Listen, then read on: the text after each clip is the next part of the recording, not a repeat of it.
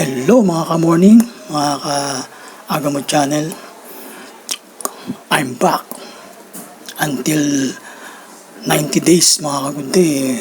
Alam mo naman sa YouTube na demonetize tayo, pero meron tayong update kay YouTube na pwede kayong mamili para makabalik ang yung channel o option. First option, second option.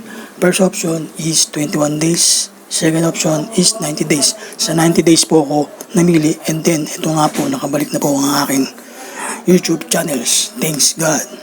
Thank you po sa nakabalik po ulit ako. Kaya nakapagawa ulit ng content. Ito po mga good day, pag-uusapan natin about sa election day na nangyari. Successful naman po ang election, barangay election. Pero ngunit marami pa rin hindi nakakaboto.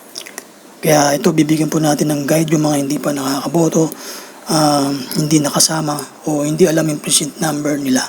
Kaya ito, guide lang to, tutorial, para malaman nyo kung saan po ang precinct number nyo sa darating na election 2025 and 2020.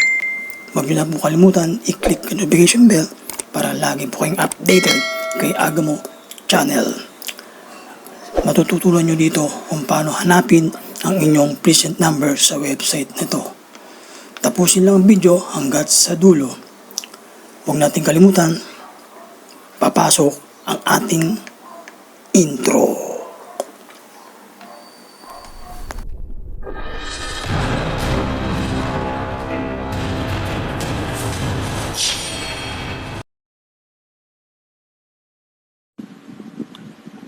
Alam niyo na po ang precinct number niyo po bago ang dumating ang araw ng Lunes, ang araw ng barangay election. Ito, ituturo ko lang po sa inyo kung paano malaman ang precinct number nyo dito sa isang website na ito. Sundan nyo lang po hanggat sa dulo para alam nyo paano. Punta lang po kayo sa Google Chrome. Mga good day. Yan ang una nyong gagawin. I-click nyo lang yung Google Chrome. And then, after that, punta kayo sa engine search. Yan. Pagka-click nyo yan, i-type nyo lang po yung Precinct Finder. Collaboration po yan ng COMELEC po ng Pilipinas, mga ka-good day.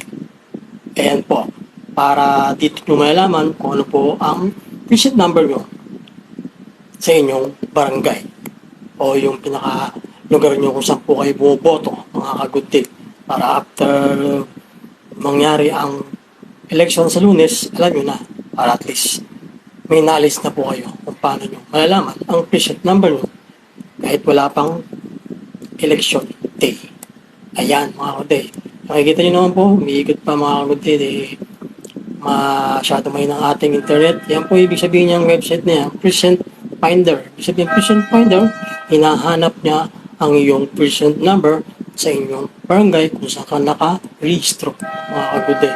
Kaya sundan nyo lang yan hanggat sa dulo, and then pag nakita nyo pa yung unang kaunahan yan, yun, ipindutin nyo yan. Then after that yan, magpipil up po kayo yan, kailangan complete identification, yan, birthday, and then yung municipality, kami sa Taguig kami, yan, Taguig na dating Makati, and then siyempre ilagay nyo yung yan, medyo nagkamali dito mga ka-good day, ulit-ulitin lang yan kasi minsan nagkakaroon ng lag, yan mga ka-good day, nagkakaroon siya ng lag, nagkakaroon siya ng trouble minsan naman hindi, yan, mahanapin nyo kung saan po kayo naka-rehistro. Taguig, dati kami Makati, ngayon Taguig na. And then after that, hanapin nyo po yung captcha na yan. Bago nyo search yung precinct number. Yan, nagkakaroon po ng problemang ganyan, minsan ayaw gumana. Ang gagawin nyo lang po yung mga ka-good day, pag nakikita nyo po yung clear niyan, pwede nyo i-reset ulit, uulitin nyo lang po mga ka-good day. Ilalagay nyo po yung full name, middle name, and then surname, good day, para hindi po kayo masyadong mahihirapan. Yun lang naman ang procedure, and then after that yan, pagka nakapasok na kayo sa CAPTCHA, and then susundan nyo lang naman yan, PAL3, yan, para verify nyo na, yan, mga ka-good day. And then after that yan, pagka okay na yan, and then magpo-proceed na kayo sa search. Click niyo yung search na yung kulay blue, then proceed. Then, hintayin nyo lang po yan mag-random. And then, after that nyo, malalaman nyo na ang inyong present number. Ayun! Yan, ang present number mo na. Ang Pembo Elementary School. Yan, 1386A ang aking present number, mga kagude. Yan, napakadali lang yan para at least alam nyo na before mag-election sa Lunes. Sana nagustuhan nyo po. Huwag nyo na pong kalimutan i-follow for more. Sika Good Day, Jonathan Umaga, at sana may natutunan naman po kayo sa bagong tutorial.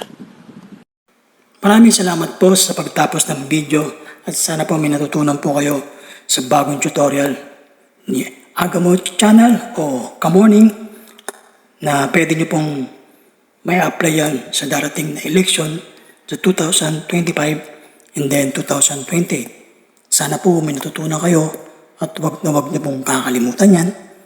At least meron na po kayong knowledge o idea para malaman po ang inyong present number. Huwag na pong kalimutan i-click ang notification bell para lagi po kayong updated kay Agamo Channel every time mag-upload po ko ng bagong tutorial, travel, or personal vlog. Thank you for watching. Bye-bye!